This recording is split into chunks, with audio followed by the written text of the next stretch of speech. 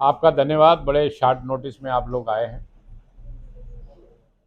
आज की जो प्रेस वार्ता बुलाई गई है, बड़े अफसोस के साथ ये मैं कहना चाहता हूं कि एक योजना प्रधानमंत्री जी लाए, नरेंद्र मोदी जी, जिसकी घोषणा 7 नवंबर 2015 को कश्मीर में की गई, जब 80,000 करोड़ का पैकेज फ्लड विक्टिम्स को दिया गया। उसमें 2,000 करोड़ रुपया मेरी बिरादरी के लिए भी था, जो पाक अधिकृत जम्मू कश्मीर से आए हैं, और कहा यह गया कि इनको 5.5 लाख रुपया मिलेगा और वो योजना 3 महीने के अंदर अंदर जम्मू कश्मीर की सरकार पूरा करेगी। लेकिन 6 साल बीतने के बाद, हालांकि पैसा 2016 में आया, घोषणा 2015 में हुई, 2016 से लेकर आज तक आप देखें कि आधे लोगों को भी राहत नहीं मिली, और कुछ लोगों के केसेस पास होकर होम मिनिस्ट्री में पड़े हैं, कुछ के डिविजनल कमिश्नर साहब के पास पड़े हैं, कुछ के प्रोविंशियल रिहेबिलिटेशन ऑफिसर के पास पड़े हैं, ताकि इन लोगों को राहत मिले। लेकिन एब्रप्टली, बिना स्टेक होल्डर से बात किए, सरकार ने इस योजना को रोक दिया। कोई जवाब वो नहीं दे पा रहे कि आखिर प्रधानमंत्री जी द्वारा शुरू की गई योजना को आपने कैसे रोक दिया। मैं समझता हूं कि अगर प्रधानमंत्री जी कोई योजना लाते हैं, अगर उनका कोई सपना है और अधिकारी उसको सैबोटेज करें, उसको रोकें, इतनी हिमाकत हो रही है, इनके खिलाफ कार्रवाई होनी चाहिए। हमारे पत्र का जवाब नहीं देते, हमारे टेलीफोन तक का जवाब नहीं देते, और मैं समझता हूं कि 5 अगस्त 2019 के बाद जो तबाही हुई है, हालांकि मैंने ये कहा था कि मेरी बिरादरी को ना तो 370 से कोई नुकसान था, ना 35 से नुकसान था, क्योंकि हम तो बोनाफाइड सिटीजन है जम्मू कश्मीर के। लेकिन फिर भी हमने इसको हटाने के लिए समर्थन किया, इसलिए समर्थन किया क्योंकि हम चाहते थे कि शायद कोई अच्छे दिन आएंगे। लेकिन इसके हटने के बाद अब बैड टू वर्स हो गया, हमारी हालत पहले से भी ज्यादा खराब हो गई।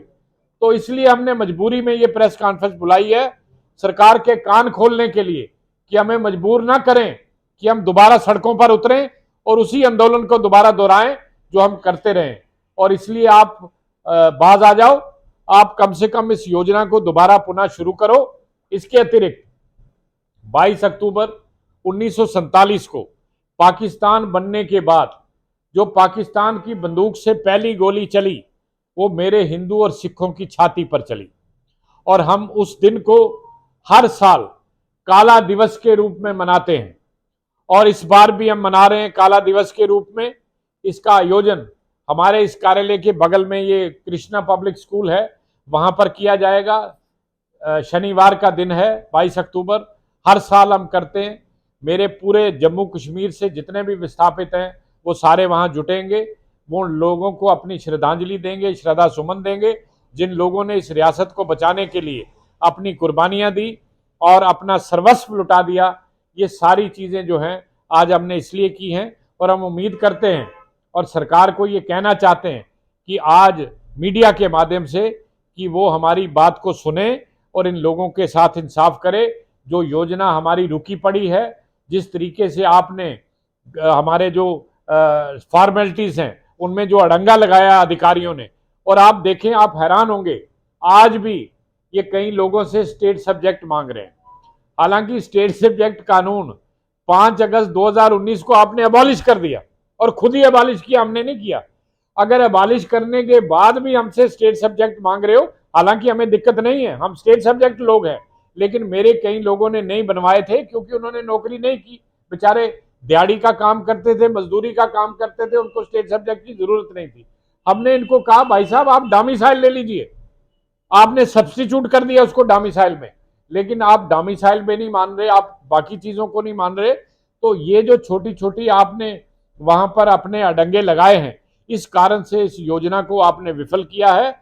और मैं कहता हूं प्रधानमंत्री जी को और गृह मंत्री जी को इसका संज्ञान लेना चाहिए और पूछना चाहिए जम्मू कश्मीर की सरकार को कि आखिर इस योजना को आपने विफल क्यों किया, इसके पीछे कौन सी ताकतें थी, कौन से लोग।